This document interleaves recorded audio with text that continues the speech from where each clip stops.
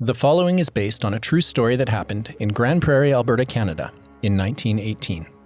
The story is based on historical primary sources, including surviving case files, criminal reports, and other contemporary documents and accounts.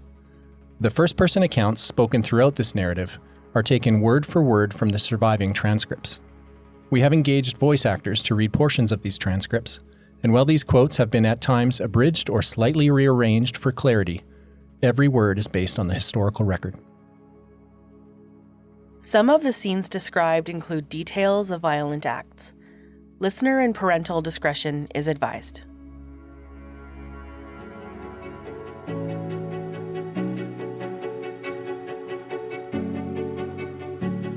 As author Wally Tansum wrote in his book, The Foulest of Murders, detailing the events of the 1918 six-murder case, Coroner Percy Hugh Belcher was, quote, an impressively large, white-goateed, and austere magistrate. He came to preside over Grande Prairie's frontier court, striking terror in every culprit's heart. Appointed in 1916, at the age of 60, Belcher was the first traveling magistrate for the province of Alberta, colorful and crotchety. Belcher had formerly served for 15 years in the Northwest Mounted Police, and he would prove to be central to this case, serving in Grande Prairie in 1918 as both the official coroner and the only magistrate in the region. He presided over the official inquests into the Snyder and Patton murders, as well as the preliminary criminal court trials some 2 years later. We'll get to those trials eventually, and we'll also learn a lot more about author Wally Tansum in a future episode. But in this episode, we're going to take a look at the first week after the murders, the impact on the community, the details of the official inquests, and the capture of the first real suspects.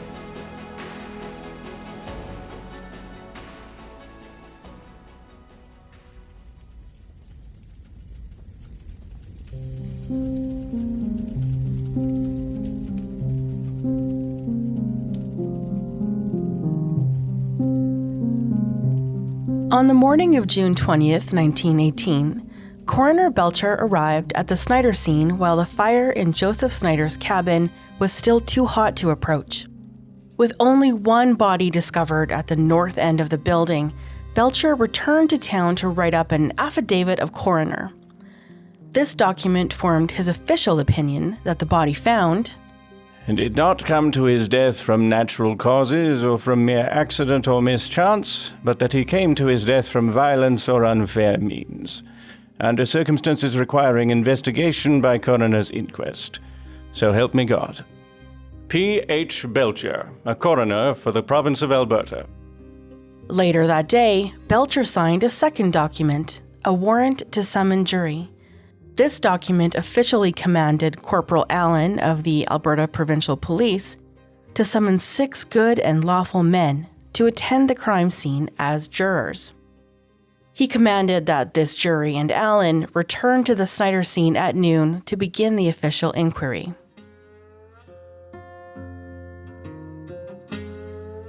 Corporal Allen summoned John E. Thompson, Ross McMillan, Herbert W. Matherson, John A. Creer, William C. Pratt, and William M. Salmond. Failing to answer this summons would have cost each man a $40 fine to be paid to the Crown, whereas fulfilling their duty would earn each man a fee of $2 per day plus meals and eligible expenses. All 6 men turned up at the Snyder place as summoned, and the same 6 men were called again as jurors in the Patton inquest. The 2 crimes already inextricably linked. 6 dead men, 6 good and lawful men tasked with overseeing their justice. I'm Chris Sapola. I'm Chris Beauchamp. This is Blood on the Prairie.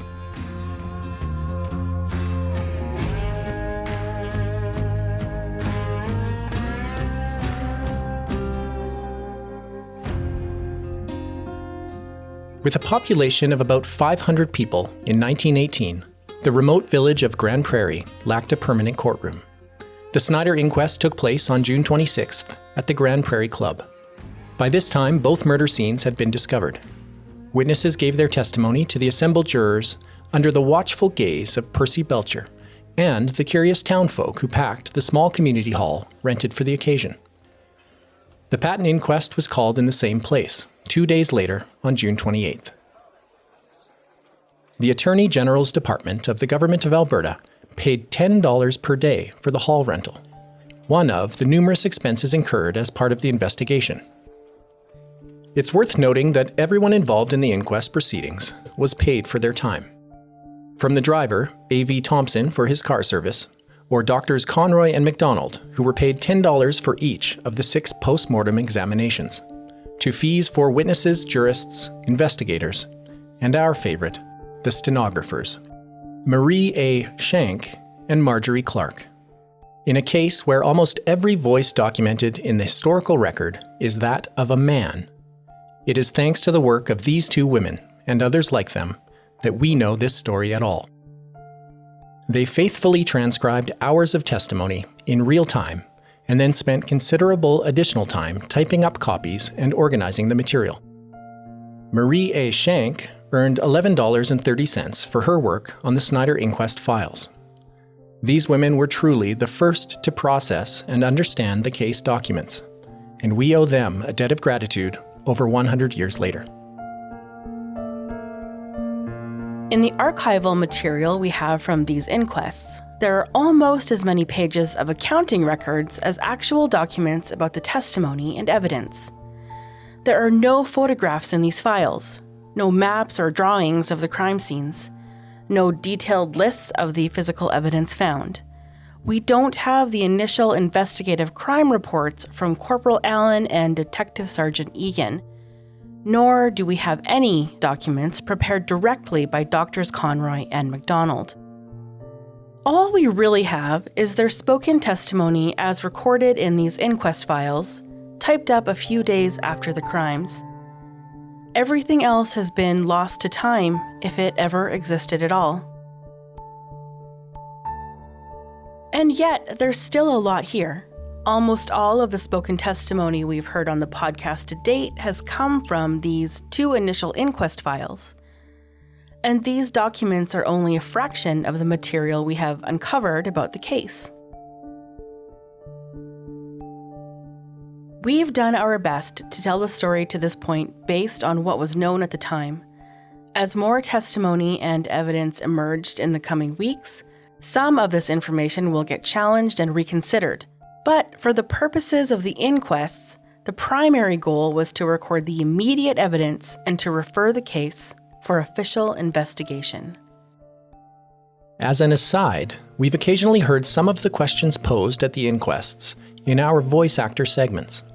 We've brought these questions to life for our purposes in the voice of Percy Belcher, but it's likely that some or all of the questions posed were actually asked by Crown Prosecutor M.W. Eager. At the conclusion of the 2 inquests, the 6 good and lawful men added their signatures to the Inquisition documents drawn up by Belcher, certifying that the testimony and evidence collected was true, and that all 6 dead men had been murdered at the hands of some person or persons unknown. While the inquests were documenting the known facts, people in the area were also sharing the story of the murders through the tried and true mechanisms of gossip, rumor, and myth. As one local homesteader, William Stanley Bird, wrote from the nearby community of Lough in a letter to his father. Dear Dad, I got your letter all right, and I was very glad to hear from you. This is a pretty nice country, but everybody's hair is on end just now. 2 cowboys from Montana came up here last week and murdered 7 men, 6 Germans and a Russian. There was a report that the government was going to seize all the money the Germans had in the bank, so they drew out all their money. That's the reason for the murders. 7 mounted police came from Edmonton and rounded up the 2 punchers. One had $1,700 on him, the other $3,000. One was shot before he was caught. Everybody in town who could pack a gun had to scour the country for them. Some of the victims were drowned and some burned. One had his head cut off and some were shot. They were all killed 2 at a time except for the 7th. Nearly everybody's carrying a gun now. Of course, knowingly or not, Bird was exaggerating most of the details of the crimes, including the number of victims and their causes of death. But William Bird did get a few things right.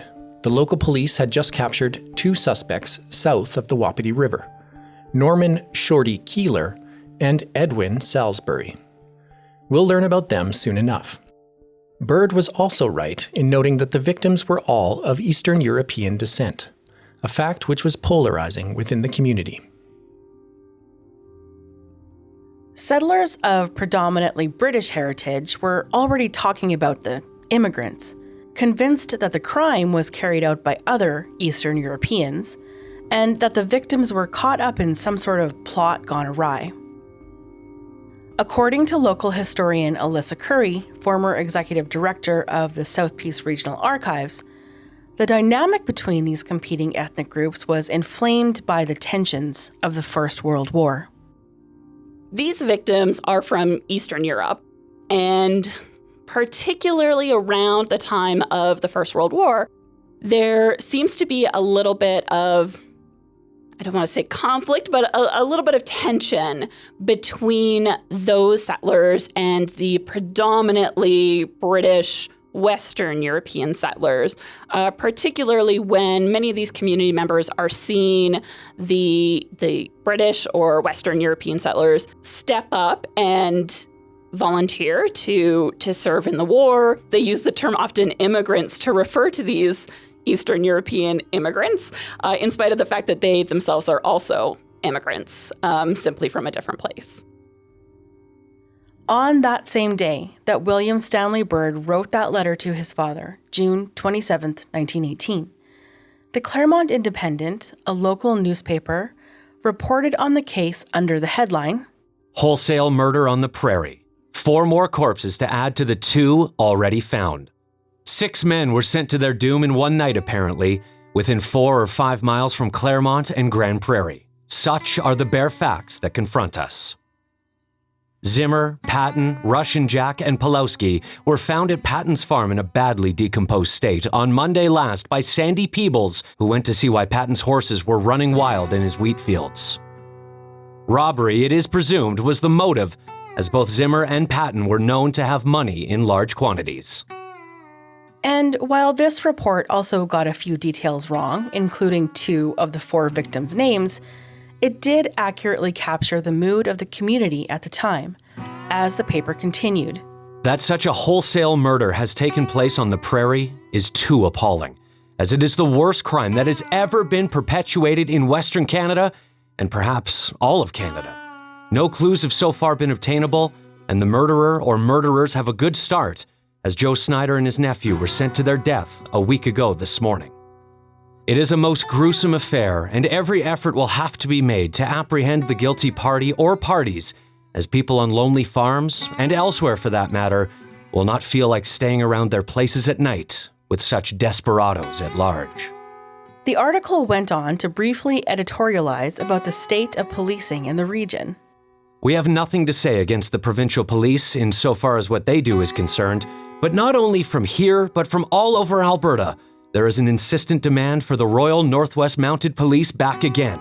The Dominion government made a stupendous blunder when they took them away, and it should be rectified without any further delay.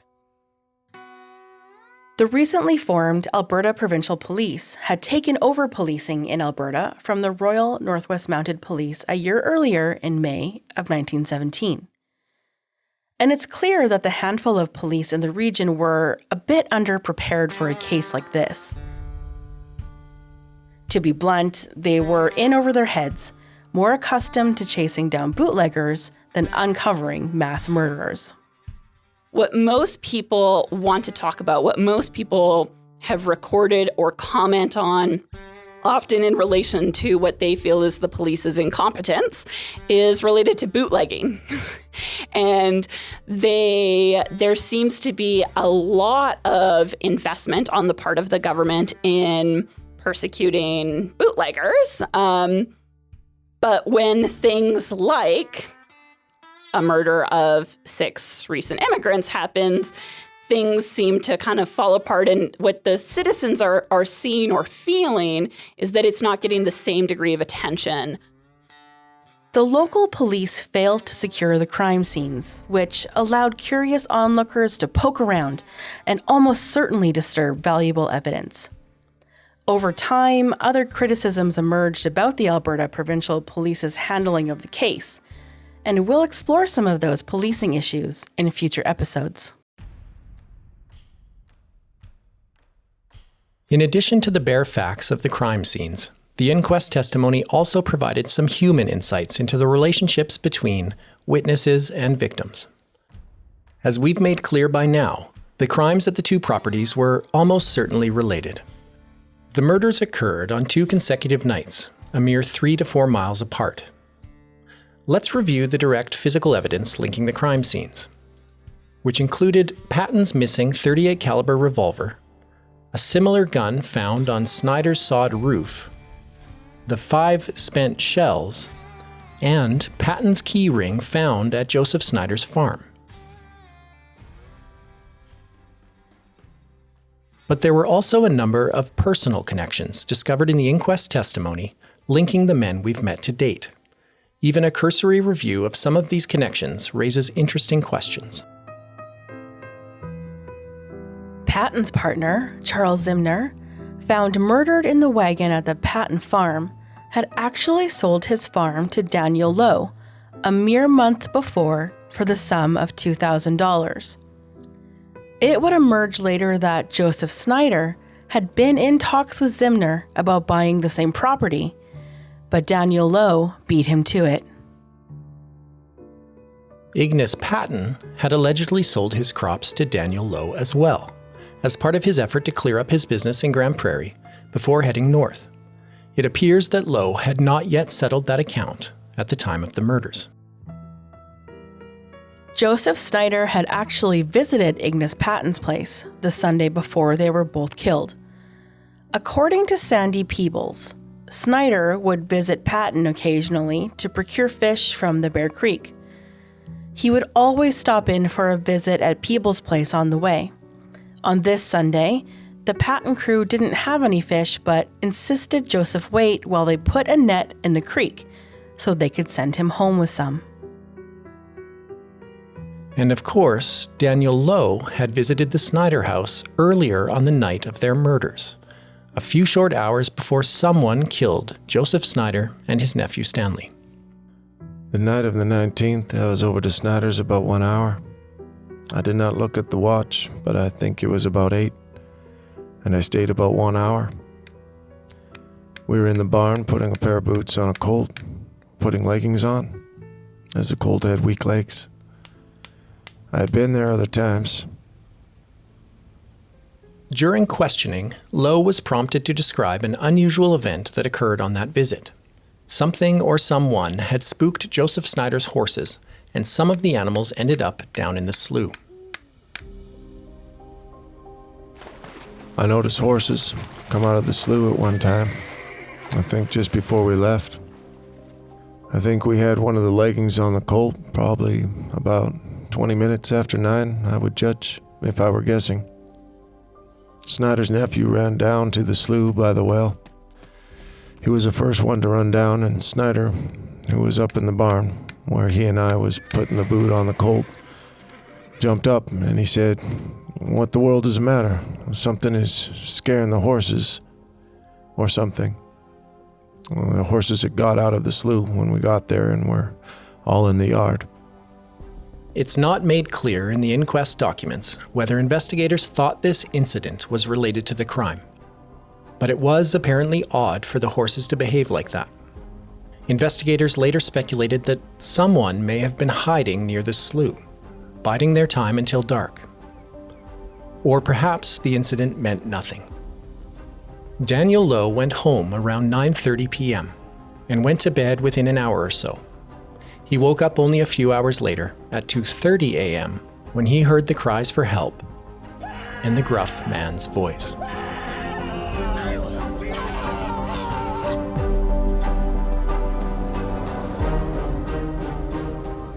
There's a lot to unpack in these complex interrelationships, and we'll be revisiting some of these connections again in the future. In 1918, these types of connections invited all sorts of theories and speculation. People love to talk. But as historian Alyssa Curry explained to us, the settler lifestyle was difficult and it necessitated communal trade, barter, and connections among the locals. It shouldn't be surprising that most of the people in this area knew and associated with each other. It was a small community, and to survive, settlers had to rely on one another. You do see neighbors coming together and supporting one another for the mutual benefit of the community.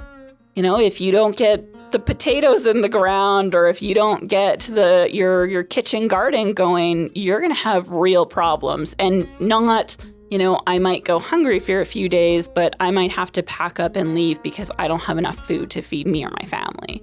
And you often at that point, you don't see a lot of families at that point. You see mostly single men, which is also the case for most of the victims here, I believe.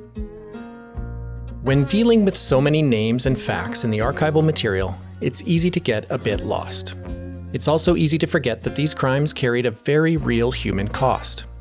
There are glimpses of this among the invoices, receipts, crime reports, and transcripts, but these moments are fleeting and easily missed when treating the case as a simple whodunit. Sandy Peebles had been friends with Joseph Snyder, and we talked last episode about how Snyder's death likely affected Peebles. But Sandy Peebles had also been friends with Ignace Patton. It was Peebles who reported the eerily quiet Patton house to police, and it was Peebles who accompanied them to investigate the scene. It's hard to imagine that Peebles was unaffected by his grim discovery, and by the task of trying to identify the badly decomposing bodies of the men he knew. This is from the Patton Inquest testimony, where Sandy Peebles identified his friend, Ignace Patton. This is Exhibit B, frame building. Did you see 2 bodies lying in there? Yes. Could you identify one or both of them? I could say that the one to the east is that of Patton by his moccasins, as when he was at our place, he said he'd killed the moose and made the moccasins himself. He put his foot up on the chair, and I took particular notice to the moccasins. And they were on the man. As to his general build, would you say that it was the body of Patton? Yes.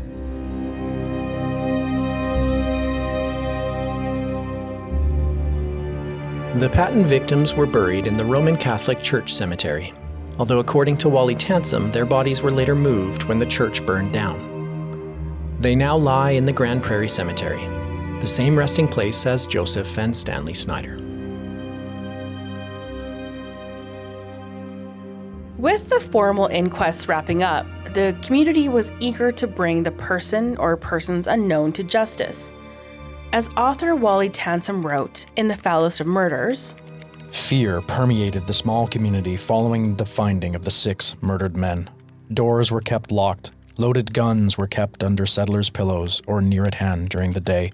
Neighbors eyed neighbors with suspicion. So it was a huge relief when word arrived in town that there were 2 confirmed suspects, even though they were currently at large. The Patton Inquest had heard testimony about a break-in and a robbery south of the Wapiti River. A witness described seeing a man there who matched the description of one Norman Keeler. Keeler was a known associate of Ignace Patton and John Wuwand. He had been seen leaving Grande Prairie with another man on the night of the Snyder murders. This lead was enough for Corporal Allen to report the matter up the chain, and he was ordered to form a posse to go after the suspects. Allen had no trouble finding some willing men to join the posse and pursue the men. At the bottom of the front page of the June 27th Claremont Independent, which we quoted from earlier in this episode, another article appeared, clearly added at the last minute. 2 suspects captured. Word came just before going to press that 2 of the supposed murderers were captured last night on the south side of the Wapiti River. One of them was wounded twice before surrendering. With 2 suspects in custody and the preliminary inquest concluded, the community was likely feeling some much-needed relief, a mood that would prove to be short-lived.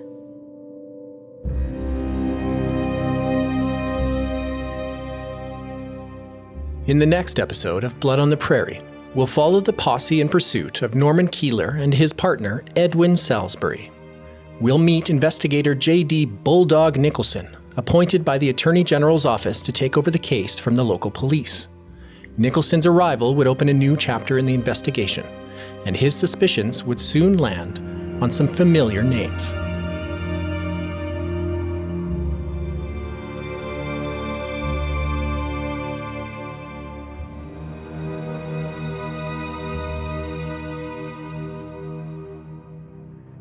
Blood on the Prairie is produced by Chris Sapola and Chris Beauchamp. We'd like to thank the South Peace Regional Archives, the Provincial Archives of Alberta, Alyssa Curry, Karen Simonson, Dr. David Leonard, Brenda LaCroix, the family of Wallace Tansem, Jason Halva, Al Peterson, Casper Towns, Gordy Hackstead, Richard Pizzata, and Laura Beauchamp. Blood on the Prairie was developed thanks to funding provided by TELUS STORYHIVE. Special thanks to Tara Jean Stevens, Jessica Gibson, and the National Screen Institute. Music used in this episode by Unreal SFX, Roy Spigler, the David Roy Collective, Matt Stewart Evans, James Paul Mitchell, Oakfield, Muted, Yaskel Raz, Ohad Ben Ari, and Michael Vignola. Our voice actors in this episode included Clint Webb, Scott Maitland, Casper Towns, Grant Buchanan, Lyle West, and Richard Pizzata. Blood on the Prairie is available on all major podcast platforms. For show notes and access to archival sources and other documents relating to the case, as well as photographs from both the 1918 era and the crime scenes in 2021, find us at bloodontheprairie.com.